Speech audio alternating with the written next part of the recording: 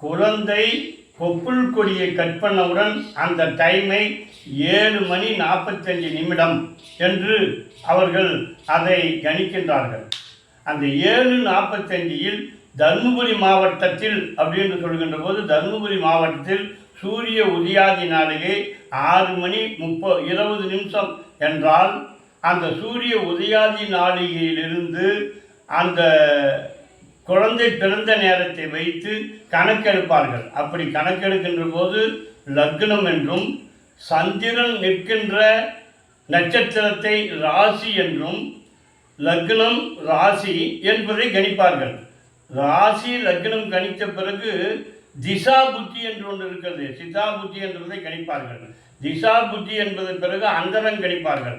அந்தரங்கள் கணித்த பிறகு நவ கிரகங்களும் எந்தெந்த கட்டத்தில் இருக்கிறது என்று மேஷம், ரிஷபம், மிதுனம், கடகம், சிம்மம், கன்னி, துலாம், விருச்சகம், தனுசு, மகரம், கும்பம், மீனம் இந்த 12 வீடுகளில் 2.25 நட்சத்திரத்தில் ஒரு குழந்தை பிறக்கிறது என்றால் அந்த நட்சத்திரத்தை சந்திர லக்னம் என்றும், பிறந்தபோது சுவாசம் எங்கொழுது நிற்கின்றதோ அதை லக்னம் என்றும் கணித்துக் கொள்வார்கள். அப்போ லக்னம் ராசி, லக்னம் ராசி நின்ற பிறகு எந்த நட்சத்திரத்தில் எந்த பாதத்தில் ஜனனம் உருவாகிறதோ அந்த பாதத்தில் ஜனனம் உருவாகின்ற போது எந்த நட்சத்திரத்தில் எவ்வளவு காலம் சென்றது சந்திர திசை 10 வருஷம், உதாரணத்துக்கு 4 வருஷம் 2 மாதம் 20 நாளில் ரோகிணி நட்சத்திரத்தில் பிறந்த குழந்தைக்கு அந்த அந்த திசா புத்தி கழிஞ்ச பிறகு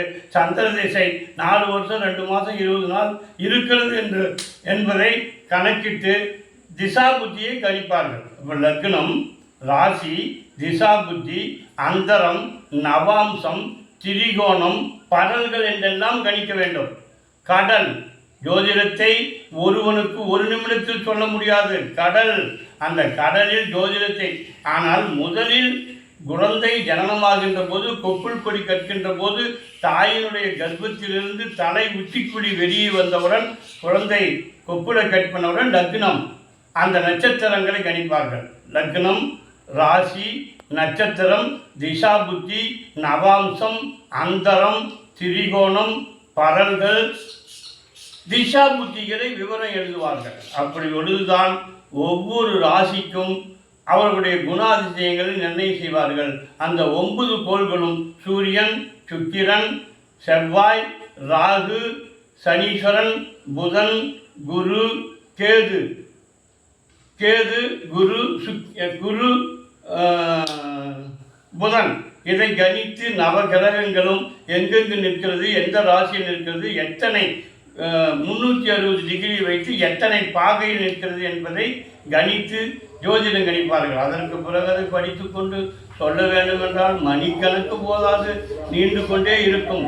உடல், ஆத்மா, சரீரம் இது கிட்டத்தட்ட ஒரு ஜோதிடக்கலையை கற்றுக்கொள்பவன் வாசி ஓட்டி மெய்யறிந்த ஐயனுக்கு 4 பிள்ளை என்கின்ற போது உயர்ந்த கலை ஜோதிடக்கலை. அந்த ஜோதிடக்கலையில் ஒரு குழந்தை பிறக்கின்ற போது அந்த குழந்தையினுடைய சுவாசத்தை கவனிக்கின்ற போது இன்னா திசா புத்தி இன்னா அந்தரம் குழந்தை பிறந்தது, அது 80 வருஷம் 7 மாதம் 20 நாட்களில் அதை வாழ முடியும் என்பதால் அப்போ திசா புத்தியின் ஆயுள் அந்தரம் கணிப்பார்கள்.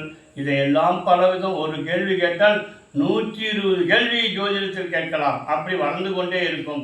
இதுதான் ஜோதிடம். அந்த ஜோதிடத்தை கற்றவர்கள், முழுதும் கற்றவர்கள், ஒளியை தன்னுள் கற்றவர்கள் 4 கலையில் இது ஒரு கலை என்று தெரிந்து கொள்வார்கள். ஒழிய முழு ஜோதிடமும் அறிந்து உண்மை அறிந்து இவ்வளவு நேரத்திற்கு உயிர் போகும் என்று சொன்னால் அதை ஏற்கின்ற அளவுக்கு மக்களுக்கு மனோபலம் இல்லாதனால் ஏதோ வயிற்று பொழப்புக்காக சொல்லுபவர்களும் ஊழ்வினையால் இதை சொல்லிதான் மக்களுக்கு புரிய வைக்கலாம் என்று சொல்பவர்களும் இருப்பார்கள். ஆனால் முழு ஜோதிடர்களை நான் சென்று பார்த்த பிறகு கையெழுத்து கும்பிட்டு, ஐயா வாசி ஓட்டி உங்களுக்கு அனைத்தும் தெரியும், ஆனால் வயிறு வளர்க்கறதுக்காக இந்த ஜோதிடத்தை கற்றுக்கொண்டேன், மன்னித்து விடு என்று சொல்லிய நிறைய ஜோதிடர்கள் பார்த்திருக்கிறேன். ஓம் சாந்தி, ஓம் சாந்தி, ஓம் சாந்தி.